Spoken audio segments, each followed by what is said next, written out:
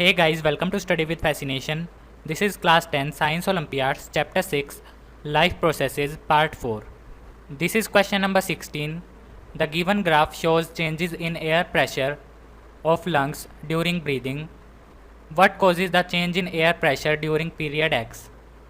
तो गाइज हमारे पास एक ग्राफ है जिसके अंदर हमें बताया गया है एयर प्रेशर इनसाइड लंग्स। हमें बताना है पीरियड एक्स में जो एयर प्रेशर में चेंज है वो किसके कारण हुआ। तो पीरियड एक्स है हमारा यहाँ से लेकर यहाँ तक। इस ग्राफ में पीरियड एक्स जो है उसके अंदर जो एयर प्रेशर है वो डिक्रीज़ हो रहा है। तो गाइज हमें दिया गया है कि जो एयर प्रेशर है वो डिक्रीज़ हुआ है।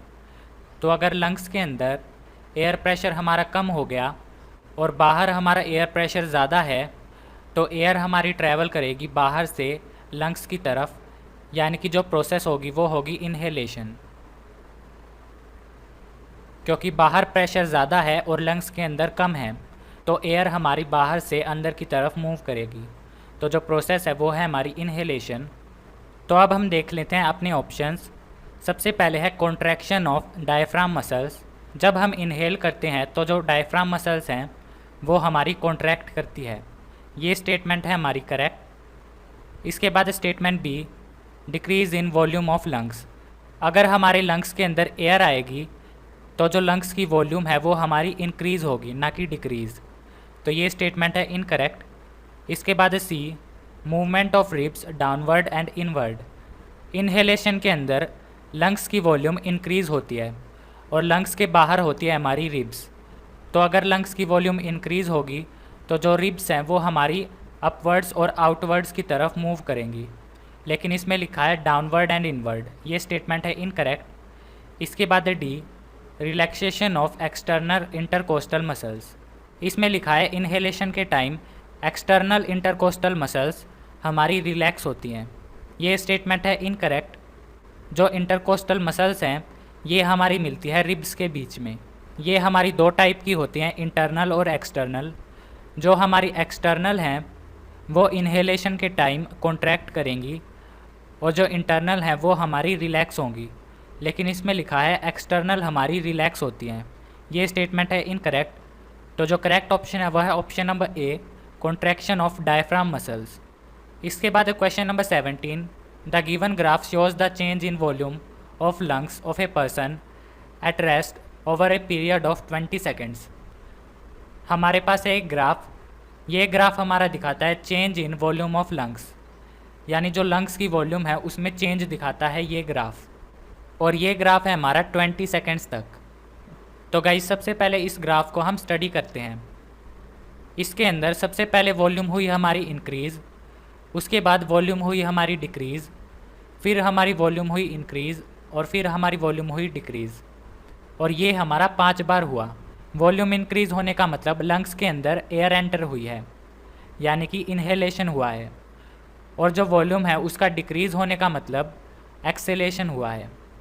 तो सबसे पहले देखते हैं option number A, how many breaths per minute is the person taking when at rest. इसमें लिखा है कितनी ब्रीथ्स लेगा एक पर्सन पर मिनट अगर वो रेस्ट पर है। ब्रीदिंग का मतलब होता है इनहेलेशन एंड एक्सेलेशन, यानी कि इनहेलेशन और एक्सेलेशन दोनों को मिलाकर एक ब्रीथ होता है। तो इस ग्राफ के अंदर 5 बार इनहेलेशन है और 5 बार एक्सेलेशन है, यानी कि जो टोटल नंबर ऑफ ब्रीथ्स हैं वो है हमारी 5 20 सेकेंड्स में। तो 5 ब्रीथ्स पर 20 सेकेंड्स। इसके बाद हमसे पूछा गया है 1 मिनट में कितनी ब्रीथ होंगी। तो 1 मिनट के अंदर होते हैं 60 सेकेंड्स। इसको सोल्व करने पर हमें मिलेगा 15। तो 1 मिनट के अंदर 15 ब्रीथ्स होंगी हमारी। तो फर्स्ट का जो आंसर है वो है 15, जो कि है ऑप्शन नंबर सी में और ऑप्शन नंबर बी में। इसके बाद second, which 2 points in the graph C, D, E और F shows inspiration and expiration. Inspiration यानी कि इनहेलेशन और एक्सपीरेशन यानी कि एक्सेलेशन। तो इनमें से कौन से 2 पॉइंट ग्राफ में शो करते हैं इनहेलेशन और एक्सेलेशन को। तो गाइज इस ग्राफ में 4 पॉइंट है। सबसे पहले पॉइंट सी पर जो इनहेलेशन है वो हमारी स्टार्ट होती है। उसके बाद जो पॉइंट डी है यहाँ पर होती है इनहेलेशन, और जो पॉइंट ई है यहाँ पर इनहेलेशन स्टॉप होती है। उसके बाद एक्सेलेशन होती है हमारी पॉइंट एफ में। हमसे पूछा है इनहेलेशन और एक्सेलेशन कौन से पॉइंट्स पर होती है, तो हमारा आंसर होगा डी और एफ। इन दो पॉइंट पर एक्सेलेशन और इनहेलेशन होती है। ये दोनों है हमारे ऑप्शन नंबर बी में, तो जो हमारा आंसर है वो है ऑप्शन नंबर बी। इसके बाद है क्वेश्चन नंबर 18। इस क्वेश्चन में हमें फिल करने हैं ब्लैंक्स। तो सबसे पहले रीड करते हैं पैराग्राफ।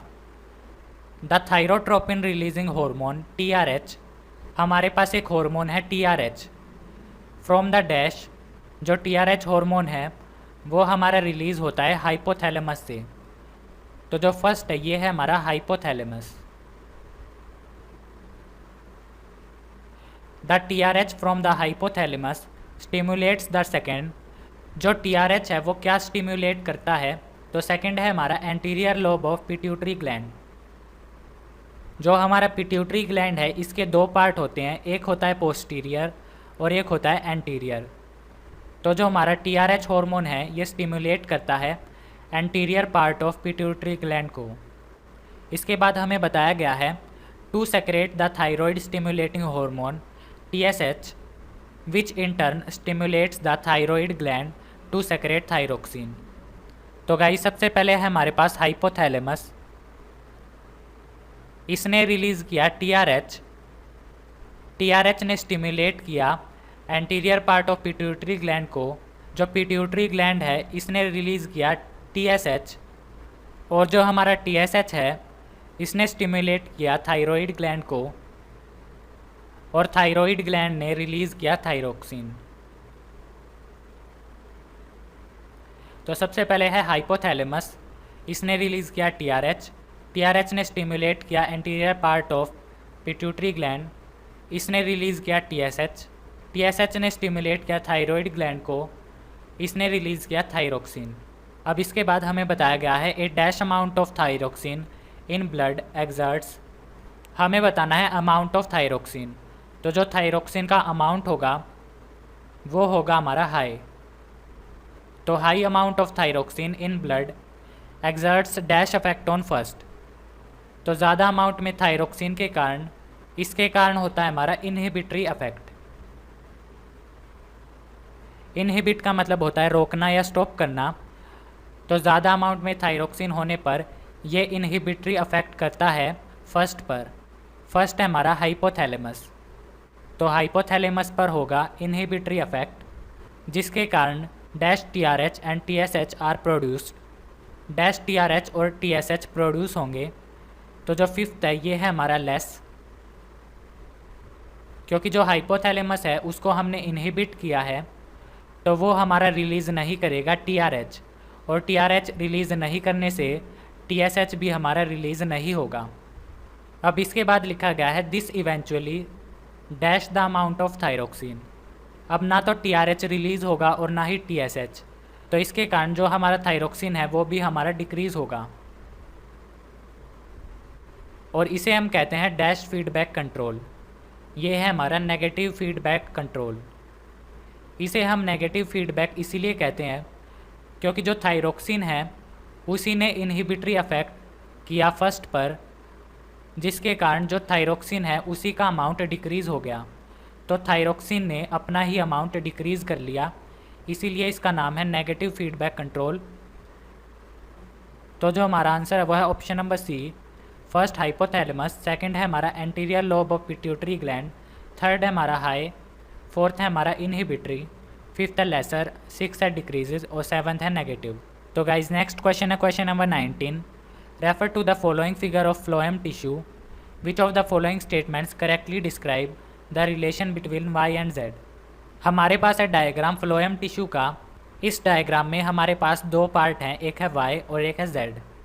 जो हमारा Y है ये है हमारा कंपेनियन सेल्स, और जो हमारा Z है ये है हमारी सीव ट्यूब। तो Y है हमारा कंपेनियन सेल्स, और जो Z है ये है हमारी सीव ट्यूब। हमें बताना है relationship between Y and Z, Y और Z के बीच में क्या रिलेशन है। तो जो हमारी सीव ट्यूब है इसके अंदर जो सेल्स होते हैं उनके अंदर न्यूक्लियस और राइबोसोम नहीं होते।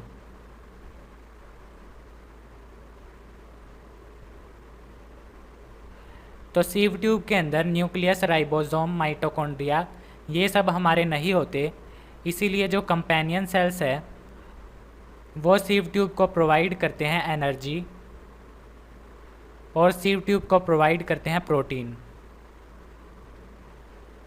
तो जो हमारा करेक्ट ऑप्शन है वो है option number D, Y contains ribosomes that synthesize protein required by Z. This is question number 20. The diagram shows a model of nephron and its associated blood vessels. हमारे पास एक मॉडल है nephron का, तो ये है हमारा डायग्राम। इसके बाद हमें बताया गया है this model has been criticised for being an poor representation of a nephron, which of the following statements explain this. ये जो हमारा मॉडल है इसको कहा गया है पुअर रिप्रेजेंटेशन। हमें बताना है रीज़न कि क्यों नेफ्रॉन के मॉडल को पुअर रिप्रेजेंटेशन कहा गया है। सबसे पहले statement number first, the rubber tubing at B is not split up into numerous branches like the capillary network of glomerulus. जो हमारा पार्ट बी है जो कि रिप्रेजेंट करता है ग्लोमेरुलस को, उसके अंदर जो पाइप है उसकी ब्रांचेज नहीं है जैसे कि एक असली ग्लोमेरुलस में होती हैं। जो रियल ग्लोमेरुलस होता है उसके अंदर कैपिलरी नेटवर्क होता है, लेकिन ये जो मॉडल है इसके अंदर सिर्फ एक रबर ट्यूब है। तो ये स्टेटमेंट है हमारी करेक्ट। ये है हमारा पार्ट बी और इसके अंदर सिर्फ एक ट्यूब है, लेकिन जो हमारा ग्लोमेरुलस होता है इसके अंदर कई सारी कैपिलरीज होती हैं जो कि एक नेटवर्क बनाती हैं। तो ये इस मॉडल का लिमिटेशन है। इसके बाद statement second, the rubber tubing at B should be continuous and not contain small pores। जो रबर ट्यूबिंग है बी पर वो हमारी कंटिन्यूस होनी चाहिए और उसके अंदर पोर्स नहीं होने चाहिए। ये स्टेटमेंट है इनकरेक्ट।